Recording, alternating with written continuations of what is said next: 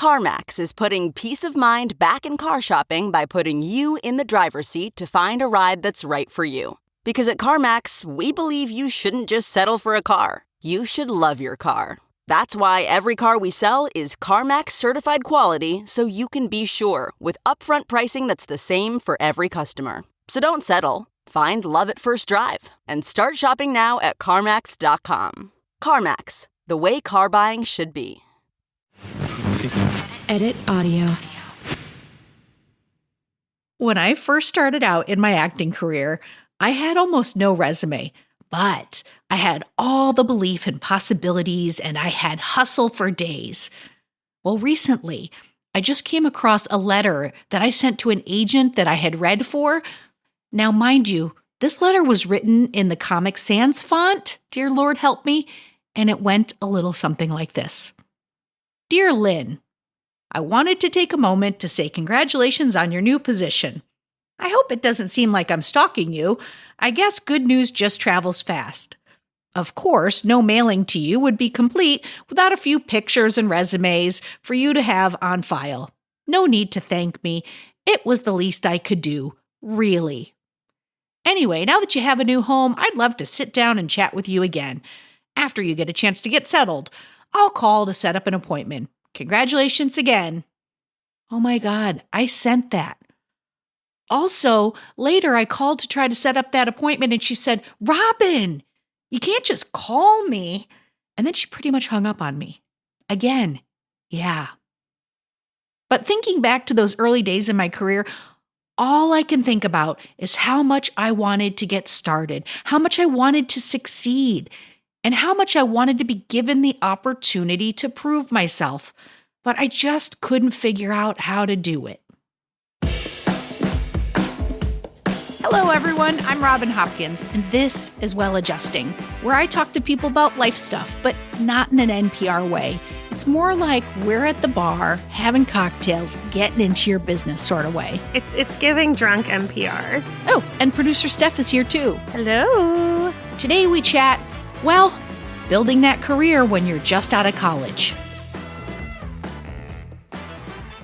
Hey everyone, I am so excited to be back with you for another episode of Well Adjusting. Today we are talking to Newt. Newt is a recent college grad and they're working on their career, but they're a tad bit nervous that no one's going to take them seriously or that their independent or self-produced work experience is just not going to be considered.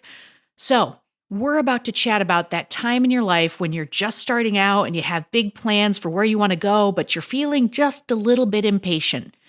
And we're going to talk all about that, but I do want to remind you that we're always looking for new guests. So if you got a problem and you want to pick it apart with us, just drop us an email at hello@editaud.io. Or, you can DM me on any of those social platforms at RealRobHops. Okay, let's get to Newt.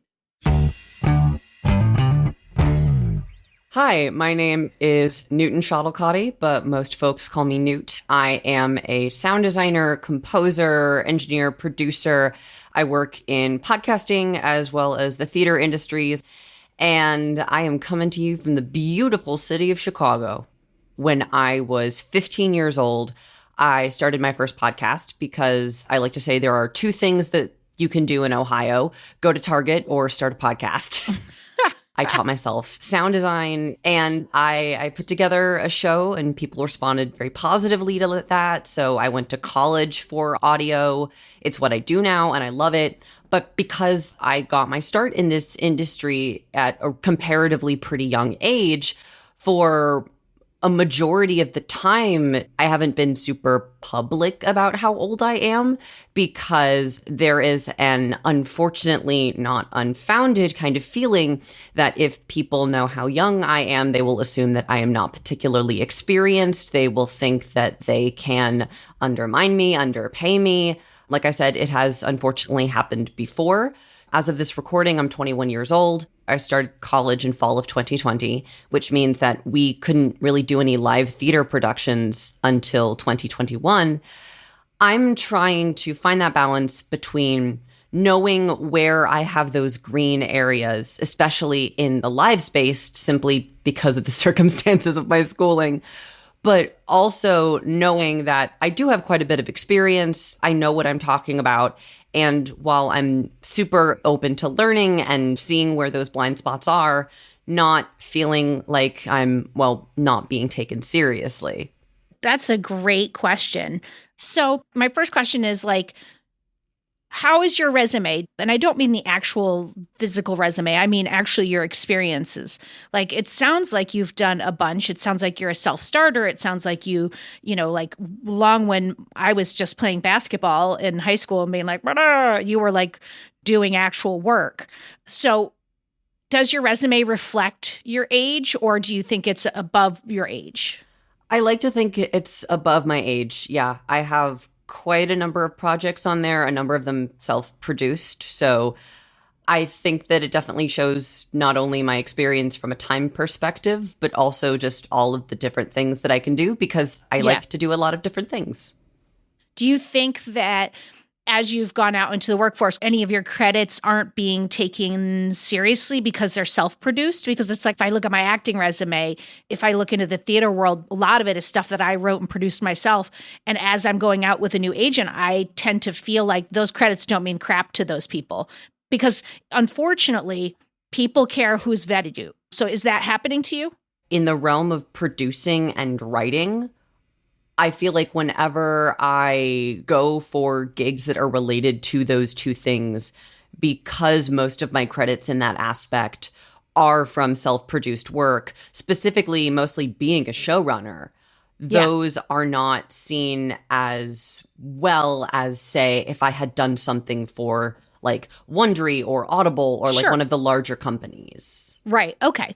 So I'm probably going to get really mommy in this episode. Okay. I'm just going to say it. I'm just going to say it right up front. You're fine. I need to call mine today. Yes. Call your mom. Yes. I find myself in a space of thinking about this from both your perspective and from like my years of corporate experience and also from my acting experience, which is that like there is this thing that happens in the world, like I don't believe you until someone else believes in you.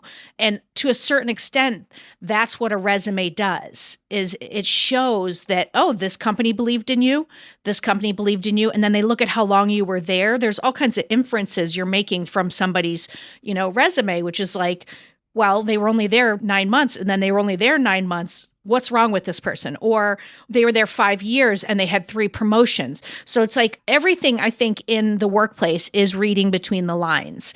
How do you do, Newt, in the world of patience? Because you just got out of college and you're obviously a self-starter and you're obviously a hustler, but like there is a ladder. It's not always fair and it's not always right, but there is like, sometimes you got to come out here and you got to like take those crap jobs to get that next job. So like, how are you in patience, with patience? Not always fantastic. I'm very much a doer. I've dove into projects and not been 100% ready in terms of skills or experience or whatnot. And I've figured things out and that's how I've learned a lot. But at the same time, it's learning that I kind of have to think of if I'm having fun as well. Like, it's okay to ask yourself, yes, I'm going to be able to do it, but will I enjoy myself? Will I sleep? Right. My perfect job would be sound designing incredibly complex and high budget fiction podcasts. But aside from, is that where the industry is at today? It's definitely something that I feel I've like done before, but not quite at that level of production and compensation. And while I do think that it is a job that I could make a leap into, it's also something that I don't know if I would want to go solo on immediately. Yeah. Let's say that big budget job is out there, right? And you get brought in as a number 2 on the project, or you get brought in as like more of like a project coordinator, and you're coming in and you're going to learn a little bit of all the different areas. Like there's a couple of really important things that happen in those spaces. And that's why I'm kind of starting to dance around the judgment of where you are, the self-imposed judgment of it's not where I want to be. It's not where I want to be. I'm challenging you to maybe consider that there's a learning that takes place of learning about how people work, systems they use, shortcuts, the way they challenge themselves creatively, or even just how they carry themselves in a business. And there's this part too of like thinking about how you get jobs. I haven't had a resume in 25 years. I haven't interviewed for a job in 25 years because of my reputation. Because when I'm a hard-ass worker and people, when they find out I'm looking for work, are like, oh, I could use someone like you. And I've been very fortunate in that regard. But I give you another example. My current boss, this lovely young gentleman named Barron, was my intern. He came in and he was fantastic and he was young and he had similar type experience to you. You just knew like, that's a kid I want to bring with me. And I think that you could have that air about you. That's why I'm circling patience, but also like the self-judgment thing, because it feels like there's an element of like, of just wanting to be over there versus being on this journey. Like you just started your career and it's a journey and it's made up of experiences, but also of growth and of like you said, like some joy and some fun and, you know, all of that.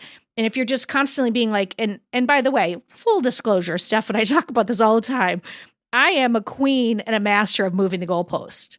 Like as soon as I get there, I'm like, well, but I want to be over there. So I'm with you on this journey, which is why I think it's easy to see. What do you think about all that? Yeah, I mean, you're telling a lot of truth right now, and that is always good to hear, and it's definitely stuff that I feel like I need to hear right now. Something that I also imagine you can relate to is I'm non-binary, but I get perceived as female a lot. And one of the things that you face, especially in an industry that for a very long time was pretty dominated by men, is you kind of have to be your own biggest cheerleader. And lots of marginalized communities face this. You have to believe in yourself because sometimes there will not be people who do, and you have to be very confident in what you bring to the table. And I feel like we can so often have this pressure to always be super assured of what we can do and always be pushing ourselves just a little bit harder, because it can feel like we don't have the luxury of admitting to any less than perfectionism. Yeah, I feel that so much so, but I do think the more experienced and more assured of my like work I am, the more that to me being confident doesn't show up as like pretending I have the answers, but shows up in me being like, oh, I actually don't know that. Let me look into it. And I think what I've realized is that the confidence of like knowing everything is just an unrealistic fake mirage, you know, like no one actually knows everything and no one expects you to know everything. And it takes like way more confidence to be able to say that you don't know and you're going to figure it out than it does to pretend like you have the answer. And that is something that I've tried to really like rework my brain around, because so often, like, especially I remember in like studios, like recording studio environments, I don't know that I would pretend I knew things, but I would often be like, okay, I'm going to quietly research this in the corner to make sure I know it before I say anything. And that did me such a disservice, because I could have been learning through other people and I could have been learning through asking questions, and I could have felt more confident in the stuff that I did know, because oftentimes it's right. It's my own judgment of myself that is like holding me back. And I've seen Steph do that, not the second part, the not good part, the good part. I've seen her be like, I don't know the answer to that. And there's still a way that she carries herself that says that I'm the person in charge and we're all going to wait for my answer. And that comes with confidence. And I do think that you're right, Newt, that is something that we carry as, you know, as people in a marginalized community. That is something we carry, but I don't think that we always have to. And I also want to say that the confidence comes from working. And that's again with the patience of like allowing yourself to be in situations where you don't understand or you don't know, or you're not exactly where you want to be, and just saying, okay, sometimes I have to take a job for money. Sometimes I take a job for love. Sometimes I take a job just for a credit and there's no money. I look at everything holistically and say, what am I going to get out of this job? especially like in the acting stuff, like I have had to say like, no, I'm not going to do that. That is only going to make me feel bad about myself. That's not going to improve me as an actor. That's not going to move my career forward and it's going to take me away from my family. I'm saying no to that. And being able to say no, I'm 53. It's new. Like I'm just now able to say no because I come from like a poor kid mentality of like, you don't say no to work. You don't say no to work. Yep, like yep, this, like you you keep working. Yeah. My image of you, Newt, is shoulders up here. Rosie on my other podcast called them shoulder earrings. And I thought that was the most perfect phrase. And it's like, I just want to come in and be like just relax a little. Everything that I get from you is you're so responsible. You are moving this forward. You're knowledgeable. So like stepping into that and reframing from like, what do I need to do? What do I have to do? Where am I? To just like, okay, well, what can I get from this? What are my objectives for this gig? You know, because you're in a freelance world. So what's the thing I want to learn from this job? Or is it just a credit thing? Or is it a money thing? Just knowing that allows me to adjust how I show up. Yeah, I am definitely feeling what you're saying. I feel like just because it's been a part of me for so long and because I've had to have this drive by nature of where I started out, I've sort of built a lot of my identity around being someone who is like always moving, always choosing something that is just a little bit out of my reach, but I'm going to, you know, believe in myself and force myself to come up to that level of professionalism and quality and whatnot. I started doing podcasting not just because there's not a lot to do in Ohio, but because I was a queer autistic kid, not usually a recipe for astounding popularity. So like a lot of people in that, yeah, really, like a lot of people in that situation, you know, I found an escape through the arts, through theater, through storytelling. My core reasoning for creating and writing my first show the way that I did was I wanted to make an extremely queer sitcom and tell the kinds of stories that I just was not really seeing in the media that I was consuming and what I was being exposed to. So I feel like when you get to do all of those things, you sometimes build your sense of self less around, here are all of my friends, and here is what everyone thinks of me, and I'm this person, and people tell me I'm like this, and more, here is what I make. I know that a lot of autistic people have talked about, and I am very much in agreement with this, because so often we can grow up in a bit of a socially isolated bubble, either because we don't understand what's going on or because other people don't understand. We form our sense of self less around what do other people think of us and more, what do I make? What am I doing? What am I putting out into the world? And when you're feeling really creatively fulfilled and you're in a great spot, that's awesome because it's like, oh, I'm somebody who makes these wonderful, amazing things that connect with people. But there's that trap that I have fallen into many a time of being like, oh, I'm only as good as where I'm at on the ladder. I'm only as good as what I'm putting out. And I feel like that's not even entirely exclusive to people like me. It's something that happens to everybody. Well, it's certainly something that happens to Steph and I. Yeah. So like we can relate. And it leads me to this question, which is, what part of you do you feel you're ignoring? It feels kind of silly to admit because I feel like often the opposite is true, but I would really like, especially as I'm now sort of working enough that I can, as much as a freelancer can, call myself financially stable. I kind of want to figure out what it feels like to be a dumb person in your 20s. And that's so ridiculous to say. Yes, it's not. But like, I feel like so many folks around my age lost out on either like their senior year of high school or their first big year of college or a chunk of your life that you can absolutely get back and recreate to different extents at different periods in your life. But a part where you are figuring out who you are socially, who you are emotionally, trying out all of these different identities, friend groups, whatever. And so I live in a big city. I'm young and whatnot.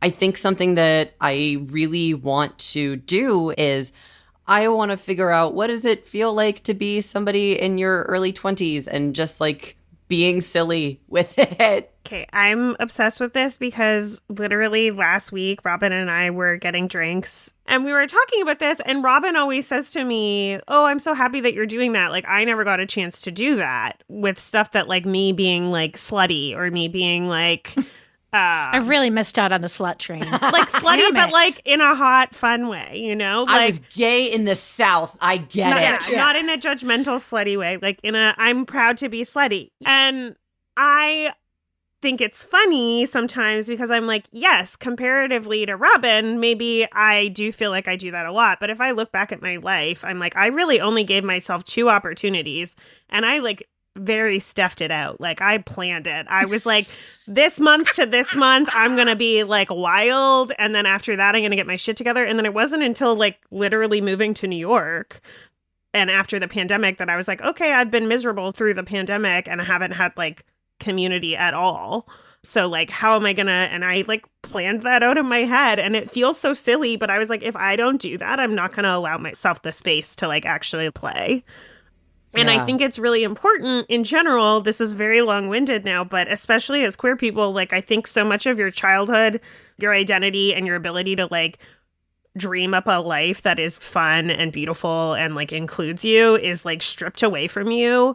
That like, I think it's especially important to like mindfully put time towards enjoying things in your life. Cause I don't think we're told to do that. And I don't think we're told that we're allowed to be anything, you know, like even allowed to be like dating or whatever. It's like we're told there's 6 gay people in all of the South and like I was in Canada. It's the same thing. I was like, okay, well, this one person is my soulmate and if I screwed up with them, I guess I'm gonna die alone. Like that's it. So I think, yeah, just like unraveling that and being able to like have fun and play in the way that not everyone's afforded, but I do think queer people are especially not afforded. And the reason I think that we can say this to you, Newt, is because your career is going to come. It's happening right now as we speak. Like it is happening. You are doing it. It is there. You are on a path and trusting yourself that it will come. And it doesn't mean you shouldn't have goals. It doesn't mean you should, but I don't want to waste too much time, you know, saying, oh, like you should be spreadsheeting your 5-year plan. Like, I do have a spreadsheet for the record. Yeah, like, and by the way, like, should you have a spreadsheet? You got me there. I'm never going to tell you not to have a spreadsheet. I'm me. I love a spreadsheet. And I do think it is interesting to have like a 5-year plan of like, I'd love to see myself here in 5 years. I think that's interesting. I think it allows you to look around the world and to take in what people are doing. I think when you declare a goal, inherently, we start to take the world in a way that moves you toward that goal. Yes, continue to do that, but I don't think we need to spend too much time there because you already got the spreadsheet. You're doing it. Like, let's pump up the other areas of your life so that the joy comes in, the anxiety comes down. Your shoulder earrings, you can take them off so that you can find joy in. You have your whole life to work. You're going to be doing it for a very long time, but there should be joy and connection and community too. Yeah.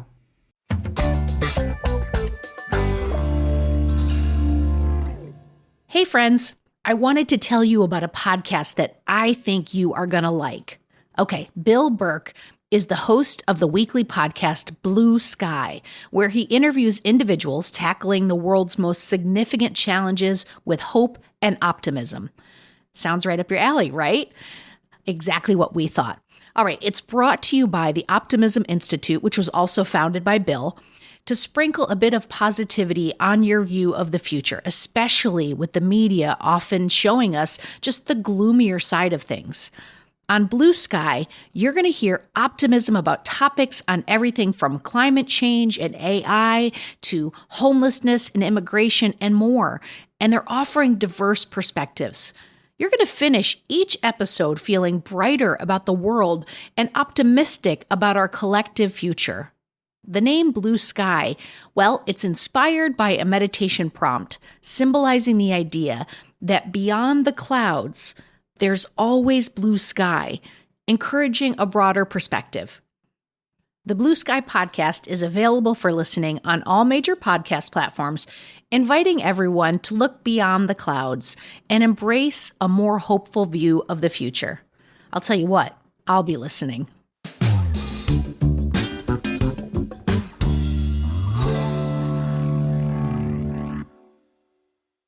Every year I try to have like a word of the year that I kind of like center my I do goals. that too. And yeah, my word this year was discipline because I was graduating college. I was moving to a new city.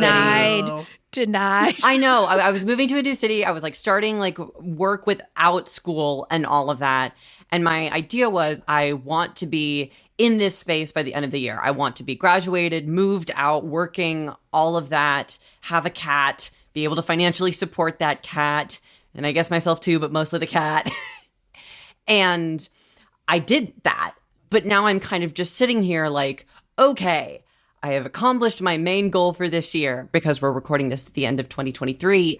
I am so tired. Oh my God. So I've been mulling it over, but I am definitely certain that my word going into the next year is going to be balance. I need to find some balance or maybe even play because I do very much feel like we can set ourselves up with these goals that while they are part of the basic needs of living, even when we have met them and a little bit beyond, it's like, well, where am I emotionally? Where am I in the sense of like wonder and whimsy and enrichment in my enclosure and just taking a day to look at the world and read books and let my brain rest.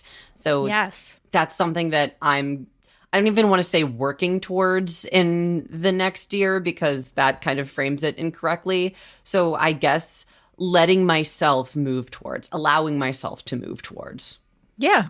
Just because you don't hit it one day doesn't mean you can't hit it the next day. Yeah. Like it sounds like your default setting, much like Steph and I, could be just get it done. Get it done. Get it done. And I will have to say to myself, like I do a morning walk almost every morning, and I'll have to say to myself, like, today, I'm not going to worry about my pace. I am going to maybe try to look at leaves. And I have to reset myself every day. It doesn't. You do your hot girl walk. Yeah, it doesn't. Well, that's I'm what my pretty generation bundled up. calls them. The little walk that you take to make your brain happy. That's a hot girl walk. Yes. Robin is refusing to call herself a hot girl. Be cool. Be hip with the kids. I don't think I could pull that off, Newt. So we're just going to not even try. But, you know, I think you're doing great. That's where I'm coming from. The idea that you have a solid piece of your career, like moving where you want it to move is a really great thing. And I think you should, if you are able to, you should take some gratitude in that and be appreciative of what you've already accomplished. And then to know that there's this other piece that you're like, ooh, I'd like to do more over here. That's wonderful. Like that is just wonderful to be on that path already, I think.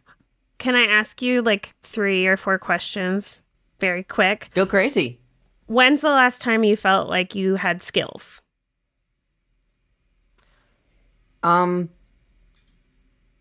I want to say the other day when I was composing and I ended up creating a piece that I felt fit the moment really, really perfectly. And hell yeah. Then I immediately got up from my break and went to go do my A2 job for the show that I'm working on now and did my track really well. And it was just a very satisfying jump from one place where I really love working and being creative to another place where I really love working that satisfies my need for a spreadsheet. It was just a really good 1-2 punch. Oh my gosh. And like multiple skills. That's very cool. When's the last time that you felt you were like driven and like a hard worker? I have been networking my ass off with a bunch of people who are A1s. For those of you listening not in theater, that is the person who stands at the mixing console and mixes the show and runs the sound cues in a lot of shows here in Chicago and then also in New York when I go this week. And I have been able to get in and shadow some really amazing Broadway shows that I'm super excited for, including one tomorrow that I'm literally vibrating out of my chair. So that's amazing. Third question. When's the last time you like had fun for fun's sake? Oh God. See, you say that and then suddenly I forget everything that I did yesterday, fun or not. No, it's like, I know I did.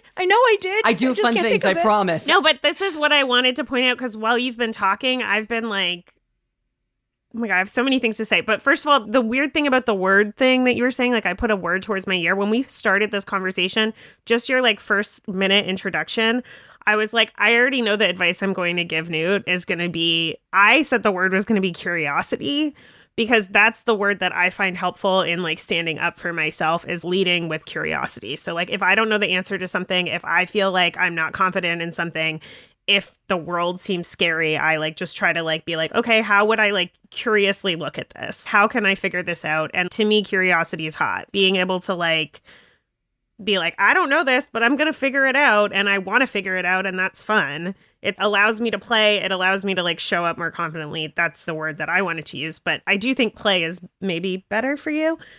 Yeah. But I was asking you these 3 questions because I was asking myself them, like, okay, when's the last time I felt skilled? When's the last time I felt like I'm a hard worker? And like, those are things that I deeply know about myself. I work on this shit every day. Like I could tell you 12 times this morning that I felt those things, you know? The last time that I played, I'm like, and like, I know I've done it, but I'm like, they're not in my brain. Yeah. It's hard. It's hard to get that, especially like life just gets more and more serious. It sounds so silly. Like, it really does. I have to play. I know, no, it does. It sounds like ridiculous. It can feel kind of like, for lack of a better term, naughty to admit that. It's like, oh, I need to go out and play, or like, I need to dial back my work and figure out what I really enjoy, or I need to accept these things about myself and let myself be silly. Because we live in this world that's like, you should be doing this, you should be like driven, you should be accomplishing all of those things. And it can feel like you're not taking your career seriously, or you're not being adult enough, even if you do have many of those things together. It feels like a problem that you're not really allowed to have. And you feel guilty about it. Well, I would push back on that, Newt. I would say, like, there's work time and then there's obsessing about work time. And obsessing about work time, you're actually not getting anything done. You're not furthering your career. You're not doing anything healthy. If just that obsession time was replaced with play or curiosity or whatever your word you choose is, you're still getting all your work done.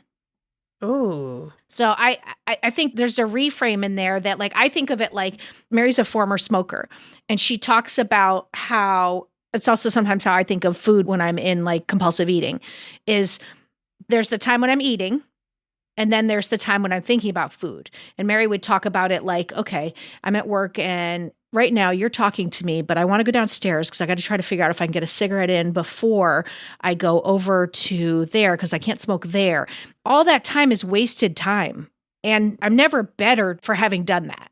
So I think if you can reframe it, and if you can figure out the distinction of when you're in, like, maybe obsession is too strong a word, but when you're in that space where you're just spinning about work versus actually working. And I've said this about 1,000,001 times. Courtney in season 2 talked about the idea of future casting, of when you're putting energy toward projects, especially as a freelancer, this is something you have to do, towards projects that you want to come to you or projects that you want to do. So future casting to me is a beneficial use of time where you're thinking strategically or in a constructive way about future work versus spinning.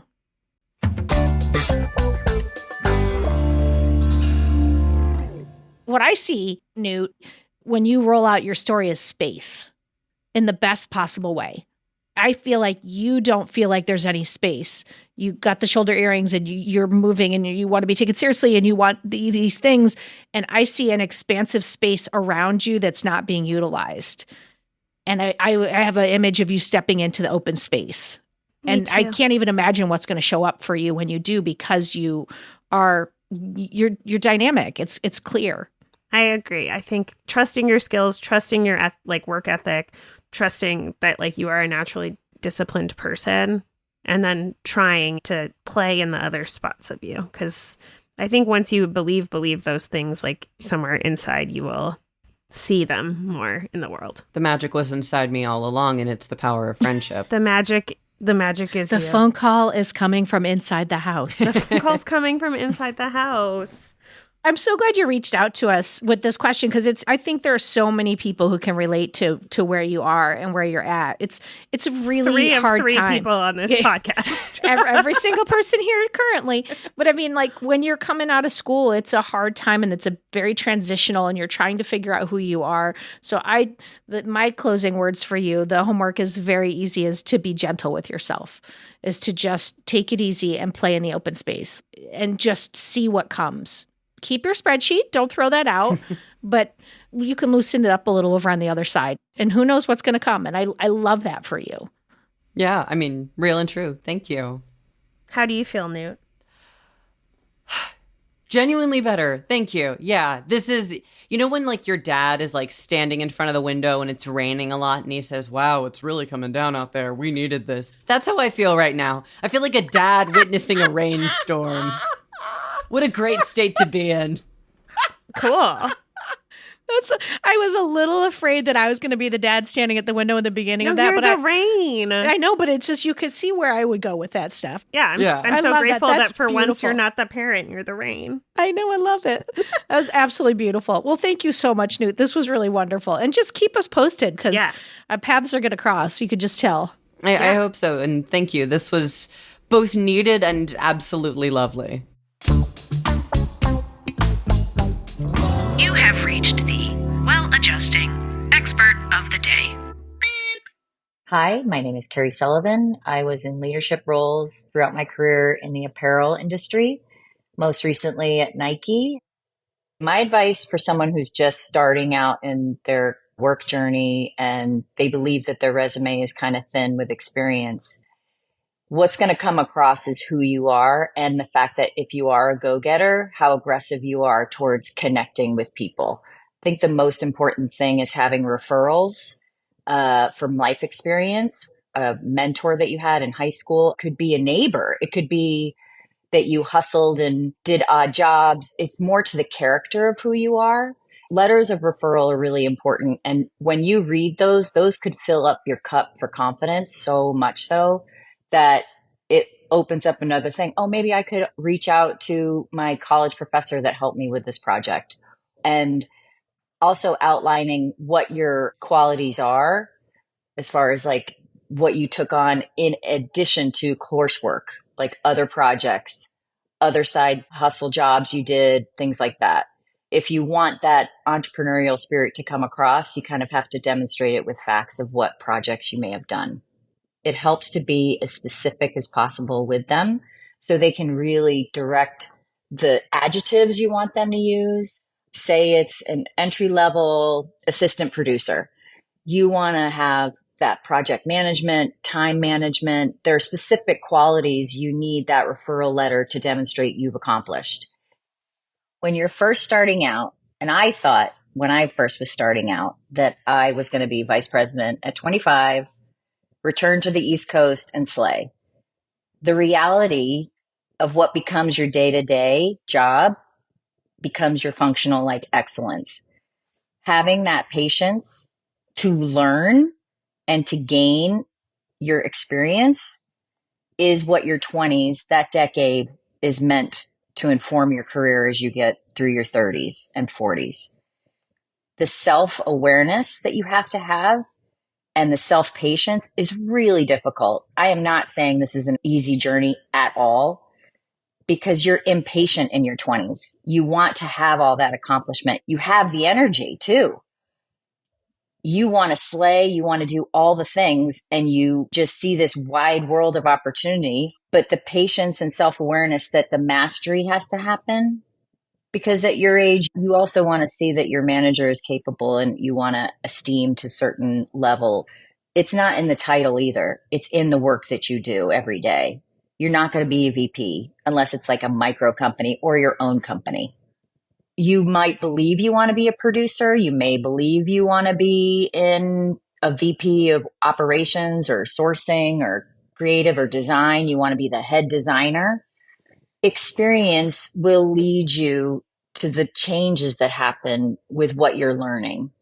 And you should be open to pivot because the career landscape will change for you in what you're learning. Maybe I really want to be design. I'm not as operationally savvy as I want to be. I am more creative. I really do want to flex that muscle. You'll observe a whole new world when you're working cross-functionally in an organization. And you really should, in your 20s, you want to master your position, but you also want to have your feelers open and wide to see what other opportunities there are. What's really a good tool is to connect with the people in other cross-functional jobs and opportunities and functions and connect with them and talk, hey, can I do an informational with you? And once you have a win is the best time. Like say you have a cross-functional meeting and somebody gives you kudos for finishing a project on time or early. That is the opportunity to pounce and say, hey, thank you so much after the meeting or phone call. Just say, hey, I'd love 5 minutes. What can I do more to get these kind of accolades, to be seen? If you connect with the people that are starting around your same time or the people that have been there like within a year of your hire date, those people are really good because they can help you also navigate, is to connect with them. What did they learn? What was it like? Hey, how did you navigate your first year? What were your pitfalls? What would you suggest to do? For sure. Because then you have allies as well. Okay, that's it for today, folks. But before we go, I do want to say so many thanks to Newt for sharing their journey with us. You know, it's just not easy when you first start your career out, so I really appreciate the openness to talking about it all. And I also want to say thank you to Carrie for once again jumping in as our expert of the day. I mean, listen, you want to retire early? Listen to that gal. For more Robin, and you may need that, you probably don't need it, but like if you do, you can follow me at Real Rob Hops on all the platforms, all the socials, as the kids today say. Well Adjusting is an Edit Audio original series. It's exec produced by Steph Colburn and Robin Hopkins. Our producer and editor is Maria Passingham, and our production manager is Kathleen Speckert. Thank you to the entire Edit Audio team and to you for listening.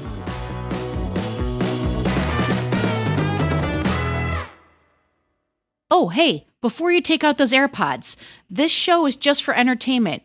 If you are in need of help, please, please, please reach out to a professional. Go ahead and get that help. You deserve it.